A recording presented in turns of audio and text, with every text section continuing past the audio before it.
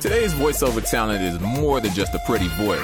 Pretty voice. Today's voiceover talent has to be a boss. A boss. Join us each week for business owner strategies and success with your hosts Anne Gabby and Gabrielle Nistico, along with some of the strongest voices in our industry. Rock your business. Rock your business. Rock your business. Like a boss. Like a boss. Rock your business like a boss. Rock your business like a boss. A VO boss. A VO boss. A VO boss. Welcome, everybody, to the VO Boss podcast. I'm your host, Anne Gabby, along with my co-host, Gabby Nistico. Hey, Gabby. Hi. Gabby, I'm super excited today. Me too. A colleague that, God, I've known for years. He is a multilingual voiceover coach and well-known as a awesome writer and blogger. He records videos, virtual tours, commercials, and documentaries for his clients. And what I think everybody knows him for is his weekly blog, one of the most popular in the business. He has over 39,000 subscribers. Also the author of Making Money in Your PJs. Welcome to the podcast, Mr. Paul Strikwerda. Yay! Hello. Hoe gaat het ermee? That means, how are you doing? You have certainly had a varied and wonderful career. Yes, and it comes out nicely if you write it yourself as well. So, yes, you got to, in this business, you have to give yourself some credit. You don't need to give yourself credit. Truthfully, if people in voiceover don't know who you are and have not in some way encountered your blog, then they're living under a rock somewhere. We can't help them. The last time at VO Atlanta, there were 700 people, and I think I discovered 10 people who didn't know who I was. And I'm okay with that. That sounds about right. But it's amazing because this blog has done so much for me. When I started this about 12 years ago, I honestly had no idea that it would give me the opportunity to connect with so many people from all over the world. And the fascinating thing is that I think that maybe 50% of my readers are voiceovers. And the rest are like freelancers, like photographers and scriptwriters and editors and fellow journalists. They read about my stories, and in a way I try to talk about, we have a lot in common as freelancers. You know, we all want to find out how to run this silly business that we're running, how to get more clients, how to put our foot down, how to negotiate a good rate, how to stay sane in an insane world. And whether you're a freelance hairdresser or a freelance voiceover, it doesn't really matter. We all share the same problems. It feels like such a privilege to be able to reach out to these people. Every single day I get an email about a blog that I maybe have written 5 years ago or 6 years ago, or people who've read my book because they feel that connection. It's just the most wonderful thing that's pretty much ever happened to me, and I had no idea that it would when I started writing. How long were you a voice artist before you started writing? I started using my voice, I'd say semi-professionally, when I was 17 years old. I was living in the Netherlands, that's where I was born and raised, and I entered a competition for young people who wanted to gain experience in the world of radio and television. And it was at that time still all public broadcasting in the Netherlands. I entered as a joke, and I got admitted, and I started making radio and television programs while I was coached by people who were pros in the business. And I learned so much. So that's how I started recording, never having the idea that I would ever end up being a professional voice artist. And when you really want to look at how it all started, I have to give my mom credit because she taught me how to read when I was like 2 or 3 years old. I was very young when I learned how to read. She signed me up for all kinds of reading competitions that were run by local libraries in the Netherlands. You know, you would memorize a piece of a book and they would give you a book to sight read. And I still remember like it was yesterday that when I was 7-8 years old, my dad gave me my first cassette player and I started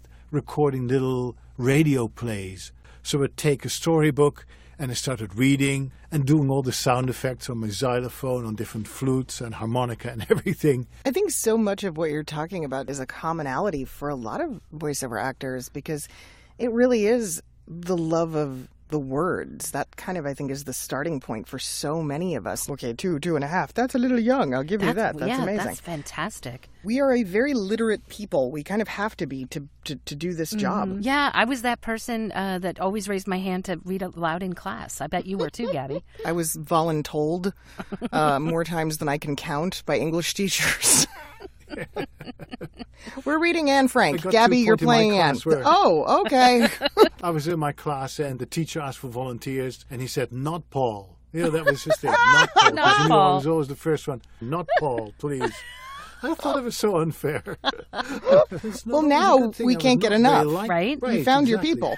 Now they can't shut me up. But the fun thing is my daughter has the same thing, and she started reading license plates to me when she was 3 years old. Oh my and gosh. that's how she learned how to read. And now she wants to study English. She's in the last year of high school and wants to become an English teacher and an author. It's just wonderful, wonderful, wonderful. Wow. That's beautiful. Paul, tell us a little bit about how your blog has helped your business. What does it take to grow a readership like that? Well, when I came to the United States, I was 36 years old. I had had a career in broadcasting in the Netherlands, and I had my own training institute teaching trainings in personal growth and development. And I came here with my life packed away in 2 suitcases. Nobody knew me. Nobody had an idea of what I was capable of. And when I made the choice to start a voiceover career, I needed a way to find an audience, to find clients, to make myself known. And in Holland, we only have 16 million people. But here, I just had to find a way to introduce myself. And writing was really easy for me. I had ideas that I thought people were not talking about or not enough. At that time, the internet became really a very valuable tool, especially because I didn't have any money when I came to the United States. It's really a typical immigrant story. So I needed something that I could do on a shoestring budget. And that's why when I used my pen, it took a long time before this whole blog took off, because I remember writing for years and years, 4 or 5 years, and I was so happy that I got one person to comment, and then another person, and another person.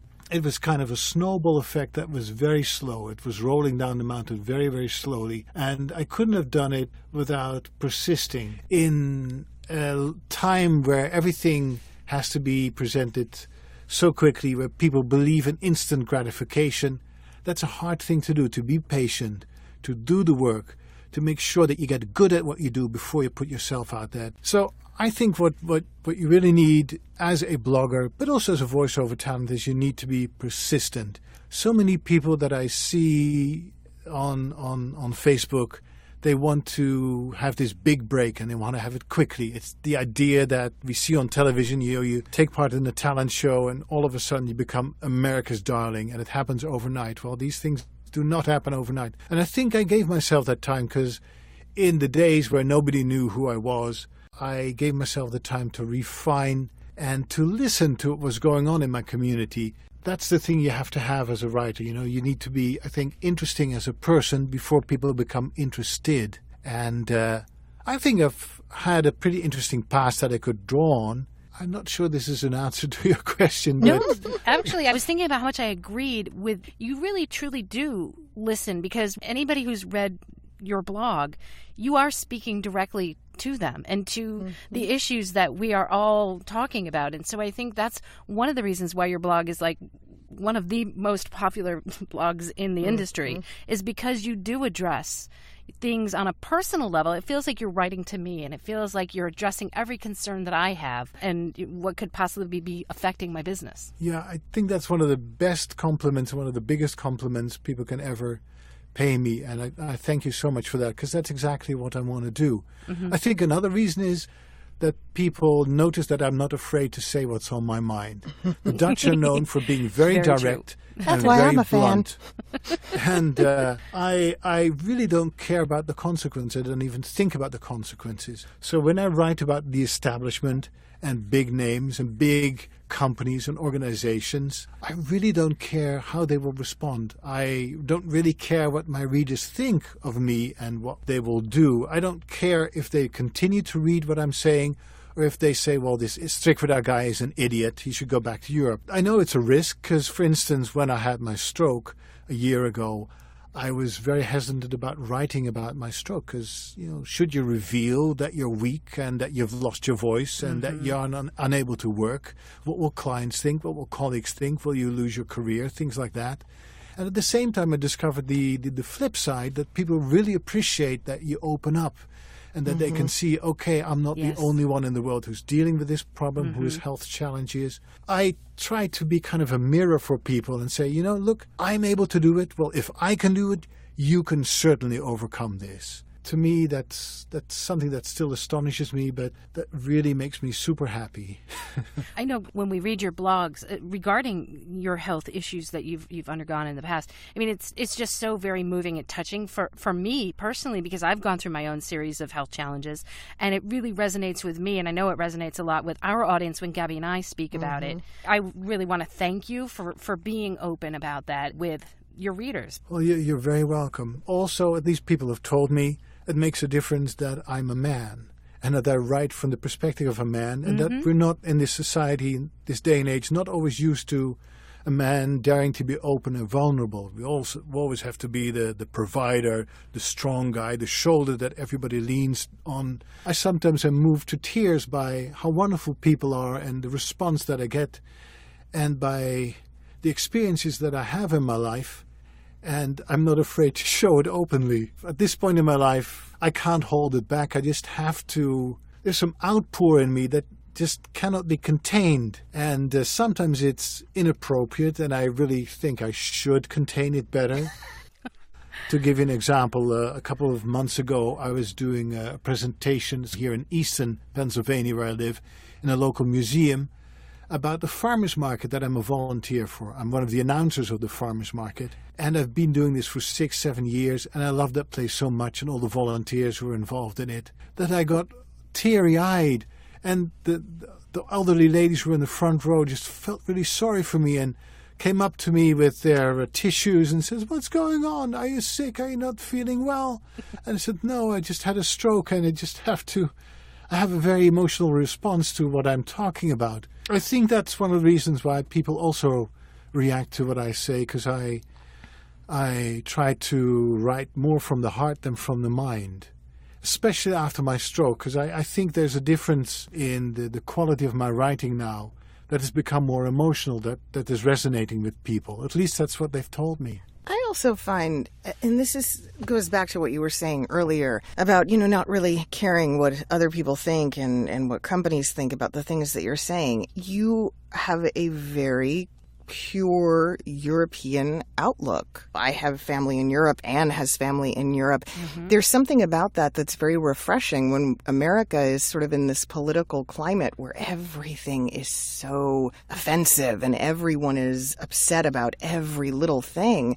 You're sort of laying it out and going, is it really worth it? Do we really have to be so upset about these things? Absolutely. One of my things that I want to pass on to people is that it's okay to be different. It's okay to be you. You can say, well, isn't that obvious? You can only be you.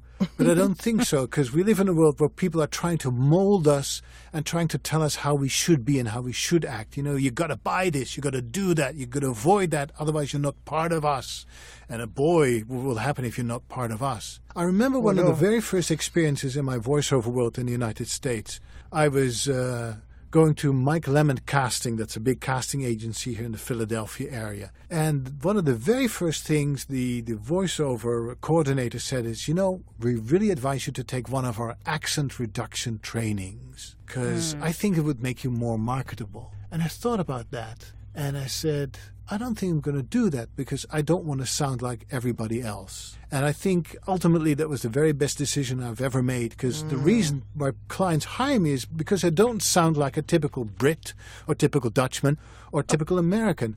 My accent, what you hear right now, is just a mishmash of my entire history and my entire education. And my accent has changed from the moment I set foot in America to this very day. It's still changing. And if I would have tried to reduce it and sound like everybody else, I don't think I would have the amount of work that I still have today. You got to dare to be different. You got to go with what you have and do what you're good at and do that brilliantly. Don't sound like a movie trailer man or that fake happy girl next door. You got to sound like your best self. Spoken like a true boss. Oh, Yep. My God. There you go.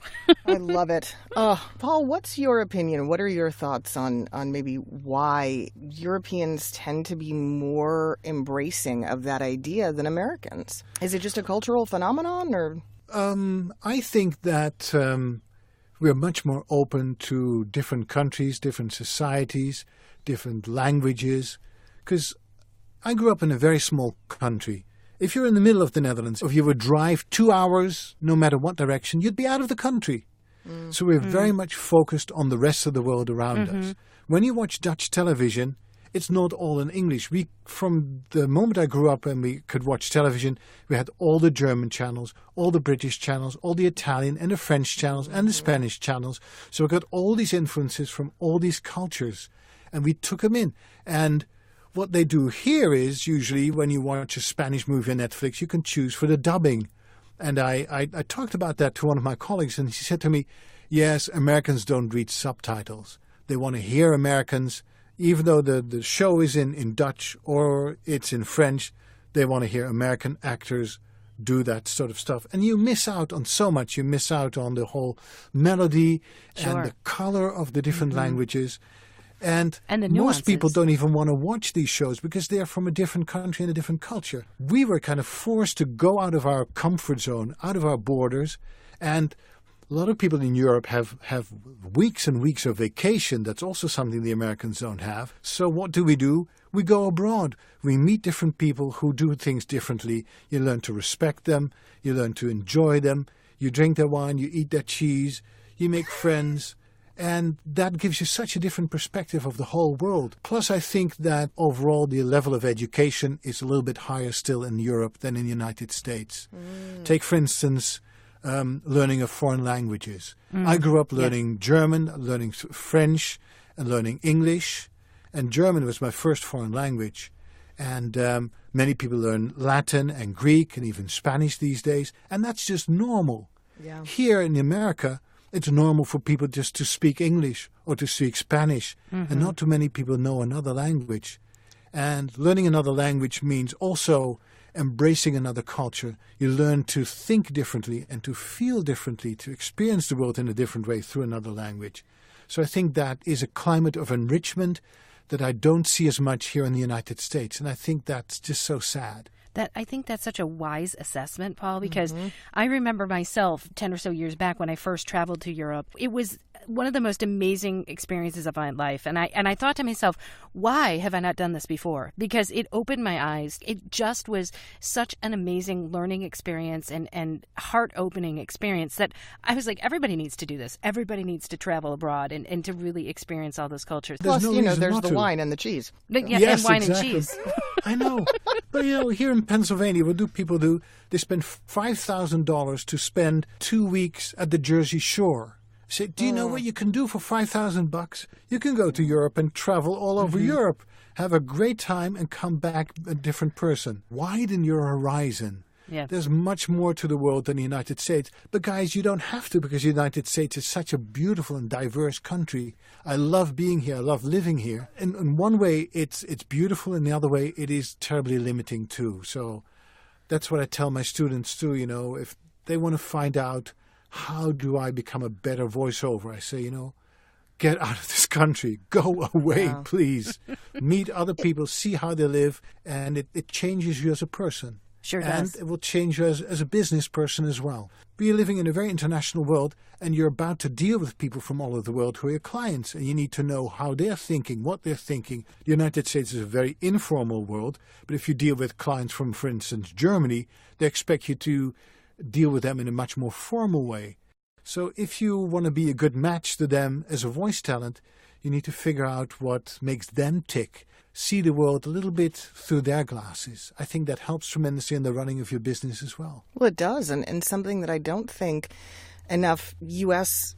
born and raised voice actors understand is the process of localization and how a company uses that to expand its horizons into new marketplaces, but also how that creates jobs for us.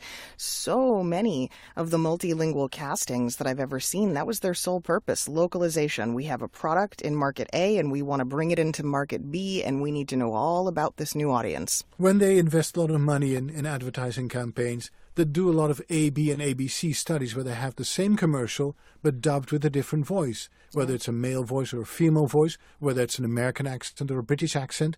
And for different parts of the world, they know which accents will be more popular and which accents won't work. So the client is clearly listening for something very specific and you got to be able to give it to them. So localization is absolutely key to expanding your business. But for me as a European, the same thing was true for learning the American market because that was completely new to me. I had to learn is that it's okay to brag about yourself. I grew up with the idea of being modest. It's sinful to boast. Yep. In Holland we have a saying, doe maar gewoon, dan doe je al gek genoeg. Act normal because you're crazy enough the way you are. And it really says don't stand out. We also say that hoge bomen vangen veel wind. The taller the tree, the more wind you catch, What's the English equivalent of that? I know there's a saying. The bigger they are, the harder they fall. Yeah, Is yeah. it not? Yes, something like that. And it's a Dutch way of saying, don't become pretentious. This was just the talent that you have that was given by a creator, and you don't have to take credit for it. You just use the talent that you have to the best of your ability, and all credit goes to our creator, which I think is a beautiful thing. But, we were given this diamond in the rough, but it's for us to polish it. And for that whole polishing process, you can definitely take credit. That was so hard for me to do. It was hard for me to sell myself. And I found out that if you don't sell yourself, if you don't present yourself as someone who's confident, who believes in his abilities, then you're not going any further because you're not going to convince people to hire you. So that's something I had to learn as a European. I learned that it was okay to be special. There you It go. is. I really hope that our listeners are paying super close attention to what you just said because it's the essence of marketing in this country. It really is. We have some really insightful guests, Anne. That we do. I think I'm going to pat us on the back for that one. Paul, it's been a pleasure. It really has. But my one piece of advice is, if you want to get a leg up, you sometimes have to put your foot down. It means having to conquer your fears. When you put your foot down, you set a boundary and say, this is where I'm willing to go and not one step further. Because too many of us, I think, in this business act out of fear, the fear of rejection. What will the client say, think, or do when I make them a counter offer? When I offer some resistance? They are too afraid of what they don't even know will happen. And instead of that, act out of confidence. Know that you were chosen as a voice for a reason. The client is talking for you. They have selected you. And it's okay to put your foot down, especially when it comes to a negotiation of your rate. We're going to hell in a handbasket as far as rates are concerned. And I think more people need to say no and find it okay with themselves to do that. If you're going to want to get a leg up, put your foot down. There you go. Amazing. Great advice. Amazing. Paul, give us our Dutch lesson again, because I already forgot how to say it. Wees de baas, or you are the boss. Je bent de baas. The boss is baas in Holland. You are is jij bent. Jij bent de baas. Think about that. Jij bent de baas. You're an independent contractor. You pull the shots. You do things on your terms and on your turf. You take the risk. You get the credit. That's the only way to create a life that's worth living as far as I'm concerned. Wees de baas. Be the boss. And our transcriber is going to kill us, Anne. I just want you to know that. Jordan, we love you. Just we do. Please know how valuable a teammate you are. Oh, I love you too. Paul, it has been such a pleasure. I'd like to give a huge shout out for one of our favorite sponsors, IPDTL. You too can connect and network like a boss and find out more at IPDTL.com. And voiceovers.com. It's underway, guys. The official launch has not yet happened. We're still in the early preliminary phase, but auditions are going out and we're starting to see activity. So we want to make sure that you're a part of that when the official launch actually does happen. So voiceovers.com. Fair, efficient, transparent. Check them out. Okay, guys, have an amazing week, and we'll see you next week. Bye. Bye. Thanks, Paul. Join us next week for another edition of VO Boss with your hosts, Anne Gabby and Gabby Nistico. All rights reserved. Anne Gabby voice talent in association with 3 Moon Media. Redistribution with permission. Coast-to-coast connectivity via IPDTL.